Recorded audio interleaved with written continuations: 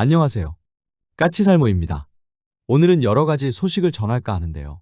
아마 오늘 하는 이야기 중에서 가장 중요한 건 바로 멈티의 표준을 정하는 일일 겁니다. 멈티가 무엇인지 아시죠? 멈티란 유인기가 무인기를 조종하는 기술인데요. 그런데 지금 우리나라에는 여러 종류의 유인기가 있고 무인기의 종류는 더 많은데요. 그럼 이런 많은 종류의 유인기와 무인기가 전부 멈티로 연결되는 게 가능할까요? 지금은 각각의 유인기와 무인기의 표준이 달라서 모든 무인기와 유인기를 멈티로 연결하는 건 불가능합니다. 그래서 어떤 종류의 유인기와 무인기라고 해도 멈티로 연결할 수 있게 그 표준을 정한다고 하는데요. 그래서 오늘은 그 이야기를 해볼까 합니다. 그리고 이것 말고도 여러 이야기를 해볼까 해요. 우선 이번 달인 12월 11일에 LIG와 국방과학연구소가 천공3 체계 개발 계약을 정식으로 체결했네요. 이번 계약은 2166억으로 LIG는 이번 계약을 통해서 작전 통제소와 교전 통제소 등을 개발하며 천공3의 체계 통합을 담당하게 됩니다. 이번 계약을 통해서 개발되는 천공3는 2030년에 나오게 되고요. 이번 계약을 통해서 개발되는 천공3는 기존 천공1이나 2와 별도로 새로운 포대를 개발하는 것이 아닌 기존 포대를 개량하는 형식으로 이루어지며 기존 포대의 새로운 요격미사일과 신형 A사 레이더 등이 통합되는 형식으로 이루어지게 됩니다. 정말 이게 완성되면 우리나라의 하층 방어 시스템은 완전히 완성이라고 할 수 있습니다. 그리고 여러분도 알겠지만 우리나라는 지금 폴란드에 대한 흑표 전차 1차분 180대에 대한 납품을 끝내고 지금은 2차 계약을 체결하고 2차 양산을 준비 중인데요. 2차 계약도 180대의 전차를 납품하는 것이고 그 중에 일부는 우리나라가 개발해서 폴란드 현지에서 생산하는 흑표 PL이지만 여전히 우리나라의 현대 로템에서 100대 이상의 흑표 기본형 GF 전차를 납품하게 되는데요. 그래서 지금 한참 현대로템은 폴란드에 대한 흑표 2차 양산을 준비 중입니다. 참고로 지금 현대로템 공장에서는 우리 한국군을 위한 흑표 4차 양산이 진행 중이고요. 폴란드에 대한 2차 공급은 내년인 2026년부터 시작을 하게 됩니다. 그것과 관련해서 관련 기업들이 흑표 전차를 생산하기 위한 흑표의 구성품의 납품 계약을 착착 체결하고 있네요. 이번에 현대로템과 계약을 체결한 회사는 한화시스템과 삼양컴텍인데요. 한화시스템은 이번에 현대로템과 전차장과 포수용 조준경 등을 공급하기 위한 계약을 체결했고 계약 금액은 2031억이라고 합니다. 계약 기간은 이번 계약이 이루어진 12월 11일부터 내년 말까지라고 하고요. 참고로 현대로템은 2026년부터 2027년까지 폴란드에 대한 흑표 GF116대를 납품하기로 되어 있지만 아마 사실상 현대로템이 실질적으로 흑표 GF를 납품하는 건 대부분이 내년인 2026년 한 해라고 할 수 있을 것 같습니다. 그리고 삼양컴텍은 제가 여러 번 이야기해서 알겠지만 바로 우리나라 전차의 세라믹 장갑을 개발 생산하는 회사인데요. 삼양컴텍도 현대로템과 폴란드용 흑표 2차 공급분에 대한 부품 납품 계약을 체결했다고 공시를 했고요. 이번 계약 규모는 868억이라고 하고요. 삼양컴텍은 전차용 특수장갑과 연료탱크를 공급하게 됩니다. 그리고 요즘 삼양컴텍에 대한 소식이 많이 나오는데요. 얼마 전에는 삼양컴텍은 흑표 피해를 위한 수출 전차용 장갑 기술 개발 계약을 체결했고요. 아마 전에 제가 삼양컴텍이 흑표 피해를 위해서 새로운 세라믹 장갑을 개발하기로 했다는 소식을 전했던 걸 기억하실 것입니다. 그 개발 계약을 정식으로 체결한 것이고요. 또 최근에는 상륙장갑차용 부가 장갑 공급 계약을 체결했습니다. 이게 미국에서도 과거 상륙장갑차를 운용하는 데 있어서 문제가 되었던 건데요. 보통 요즘 상륙장갑차들을 보면 이스라엘에서 개발한 EAAK라는 부가 장갑을 장착하고 있는데요. 미국에서 이 장갑의 부식 문제가 상당히 심각했습니다. 그래서 이것 때문에도 미국에서는 AAV7을 전량 퇴역시켜버렸는데요. 우리나라는 아직 AAV7을 퇴역시킬 생각이 없고 그래서 EAAK 부가 장갑을 교체하기로 한 상태로 알고 있습니다. 한마디로 말해서 새로운 상륙장갑차용 부가 장갑도 삼양컴텍에서 공급을 하게 되는 것입니다. 폴란드에 대한 흑표 2차 양산 이야기를 하다가 삼양컴텍 이야기를 하다 보니 이런 이야기까지 하게 되었는데요. 아무튼 그래서 지금 우리는 내년부터 폴란드에 대한 흑표 2차 양산을 시행하게 되고 그래서 각 부품 공급 업체들은 이번 달인 12월 달에 현대로템과 부품 공급 계약을 체결하고 바로 부품 납품에 들어가는 것입니다. 그래서 아마 내년 초부터 바로 폴란드에 대한 흑표 2차 양산분에 대한 납품이 시작될 것입니다. 정말 빠르긴 하네요. 그리고 미국 로이터 통신에 따르면 한화그룹이 미국의 자율형 수중 드론 개발 회사인 바튼 시스템과 손을 잡고 6천만 달러를 그러니까 우리 돈으로 883억을 투자한다고 합니다. 이게 뭐 이런 종류의 투자나 MOU는 우리나라 기업들이 많이 하는 건데요. 그런데 이번에 한화그룹이 투자하는 수중 드론이 좀 독특합니다. 이번에 한화가 투자한 바튼 시스템즈는 미국 로드아일랜드 기반의 스타트업 방산 기업이고요. 고작해야 2023년에 설립된 기업인데요. 이미 미국 국방부로부터도 2천만 달러 규모의 계약을 따낸 기업입니다. 그런데 문제는 이 회사에서 만드는 수중 드론이 상당히 흥미롭습니다. 왜 흥미롭냐면 이 회사에서 만드는 수중 드론은 어뢰형 수중 드론인데요. 솔직히 어뢰형 수중 드론의 역사는 상당히 긴 편입니다. 왜냐하면 과거에도 수중에서 잠수함이 무언가를 탐색한다는 건 상당히 힘들었기 때문에 잠수함은 과거에도 어뢰 발사관을 통해서 수중 드론을 내보내서 탐색 활동을 하는 게 아주 일반적이었기 때문입니다. 심지어는 지금 북한에서는 과거 수십 년 전에 미국이 사용했던 어뢰 발사형 수중 드론을 전시하고 있기도 하죠. 한마디로 미국 잠수함에서 발사되어서 북한을 감시하기 위해서 사용되던 수중 드론이 수중에 좌초되어서 떠내려온 걸 북한이 회수해서 전시를 하고 있는 것입니다. 물론 미국은 부인하고 있지만요. 그래서 어뢰형 드론의 역사는 상당히 긴 편인데요. 그런데 바튼 시스템즈에서 만드는 드론의 가격이 상당히 흥미롭습니다. 바튼 시스템즈에서 만드는 수중 드론은 대당 7만 5천 달러. 그러니까 우리 돈으로 대략 1억 원 정도밖에 하지 않는 가격이고요. 참고로 제가 알아본 바로는 바튼 시스템즈에서 개발한 수중 드론이 두 종류인데요. 하나는 스케일미르 S6라는 드론으로 직경 6인치에 중량 60파운드 그리고 최대 속도는 20노트에 항속거리는 20해리입니다. 그리고 또 한 가지는 스케일미르 S10이라는 드론으로 최대 속도는 30노트에 100해리를 항해할 수 있고 그리고 이 녀석은 장거리 작전 능력을 가지고 있고 네트워크 능력이 있다고 알려져 있습니다. 바튼 측에 따르면 이 드론들은 한 발씩 사용되는 것이 아니라 여러 대의 드론을 집단으로 사용하고 이 드론들은 무리를 지어서 행동을 하면서 감시 정찰 그리고 필요하다면 자폭 공격도 수행하게 된다고 합니다. 들어보니까 이런 드론이 개발되는 건 일종의 감시 라인을 형성해서 적을 감시하는 용도로 사용하기 위해서라고 하고요. 여러분도 알겠지만 지금 미국은 중국을 포위하는 포위 라인을 만들려고 하고 있고 미국은 이 포위망을 형성하기 위해서 대만 해협 등에서 중국의 수적 우위에 대응하기 위해서 수많은 수량의 무인 무기를 배치하려 하고 있고 바튼 시스템즈의 수중 드론들은 바로 이 미국의 대중국 포위 전략의 일환으로 개발 중이라고 합니다. 그래서 이 수중 드론은 기본적으로 바튼 시스템즈가 미국 정부에게 판매하기 위해서 개발 중인 무기입니다. 그러나 문제는 이런 수중 드론은 우리나라도 필요하다는 점이죠. 여러분도 알겠지만 우리나라는 대잠수함용 초대형 수중 드론을 개발했지만 그런 대형 수중 드론은 대당 가격이 수백억에 달할 정도로 비싸죠. 그래서 그런 고가의 수중 드론을 소모품처럼 쓸 수는 없습니다. 그리고 우리나라는 북한 잠수함의 침투를 방어하기 위해서 수중에 소나 라인을 배치해서 운용하고 있지만 수중의 소나 라인은 특정 지역에 고정 배치되어 있고 그래서 만일 적이 이 소나 라인의 정확한 위치를 알고 있다면 얼마든지 회피할 방법이 존재합니다. 그래서 우리나라도 바튼 시스템즈가 개발하는 저렴한 소모성 수중 드론이 필요하다고 봅니다. 특히 수심이 낮은 서해안에서는 상당히 활용도가 좋을 거라고 보고 우리가 북한의 항구를 봉쇄할 때도 사용할 수 있을 거라고 봅니다. 그래서 이번 한화의 투자는 그냥 말 그대로 앞으로 성장 가능성이 높은 스타트업 방산 기업에 투자를 하는 것을 넘어서 이 무기를 우리나라에 도입하기 위해서이길 저는 원하고요. 아마 이게 우리나라에 들어오면 특히 대량의 소형 잠수정을 운용하는 북한의 잠수함 부대의 대응용으로는 최적의 무기가 아닐까 합니다. 우리가 이 무기를 서북도서에 배치를 하고 서북도서에서 발진시켜서 북한 항구를 감시하고 그 항구에서 발진하는 북한의 소형 잠수정을 공격하는 용도로 사용한다면 상당히 효과적인 무기가 될 거라고 저는 봅니다. 그럼 이런 이야기는 여기까지 하고 본격적으로 국방과학연구소에서 개발한다는 새로운 멈티 시스템에 대해서 이야기해볼까 합니다. 솔직히 원래 제가 이런 이야기는 잘 안 하는데요. 왜냐하면 이런 이야기는 사람들에게 인기가 없기 때문입니다. 그러나 이게 너무 중요한 내용이라 차마 안 하고 넘어갈 수 없는 이야기이기 때문에 해볼까 합니다. 무엇이냐면 그건 바로 군용 반도체 개발과 그리고 AI용 통합 아키텍처 개발입니다.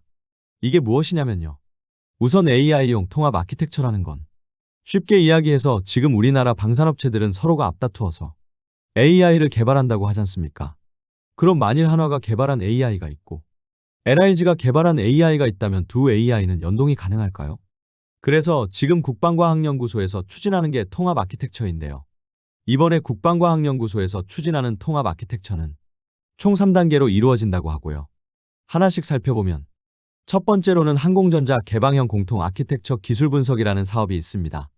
이건 쉽게 이야기해서 A사 레이더와 IRST 적외선 탐색기 등의 임무 장비를 공통 데이터 베이스와 연동하는 공동표준 연동 요구사항을 도출하는 사업으로 이게 왜 필요하냐면 아마 혹시 제가 오래전에 이야기했던 센서 융합이라는 이야기를 기억하시나요? 센서 융합이라는 건 쉽게 이야기해서 여러 대의 전투기가 있으면 각각의 전투기에 탑재된 레이더가 개별로 목표를 찾는 게 일반적인데요. 센서 융합은 여러 대의 전투기에 탑재된 레이더를 마치 하나의 레이더처럼 센서를 융합해서 목표를 찾는 방식을 이야기하는데요. 기본적으로 이 방식으로 전투기들은 적 스텔스기를 찾게 됩니다. 이건 처음으로 등장했던 게 과거 스웨덴 사브사의 그리펜 전투기가 센서 융합을 선보여서 알려진 거지만, 실상은 사부의 그리펜뿐만 아니라 지금은 많은 나라에서 비밀리에 개발하고 사용하고 있다고 알려진 기술입니다. 한마디로 말해서 사브사가 처음 개발한 게 아닌데 사브사가 처음으로 공개를 한 거죠. 그런데 이 기술이 지금은 어디까지 발전을 했느냐라고 했을 때, 과거의 센서 융합은 같은 종류의 센서 여러 개를 결합하는 방식이었다면, 지금은 전혀 상이한 다른 종류의 센서 여러 개를 결합하는 방식으로 발전을 하고 있습니다. 가장 간단하게 말해서 A사 레이더와 IRST 적외선 센서를 융합하는 식의 방식인데요. 특히 이게 요즘 중요해지는 게 바로 무인전투기의 발전 때문인데요. 기본적으로 제가 요즘은 5톤급 이하의 크기가 작은 무인전투기가 일반적이라고 했고, 당연히 무인전투기의 크기가 작아지면 무인전투기에 탑재된 센서의 크기도 작아집니다. 그러면 당연히 무인전투기의 탐지 능력도 떨어지겠죠. 그 대신 무인전투기의 크기가 작아지면 더 많은 무인전투기를 하늘에 띄울 수 있고, 그리고 각각의 무인전투기는 크기가 작기 때문에 유인전투기처럼 모든 종류의 탐색 장비를 탑재할 수가 없습니다.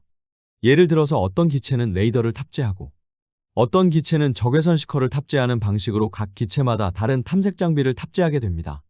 그래서 지금은 이런 무인전투기들 때문에 더 중요해진 게 센서 융합이고, 그리고 전혀 다른 종류의 센서를 융합하는 기술입니다.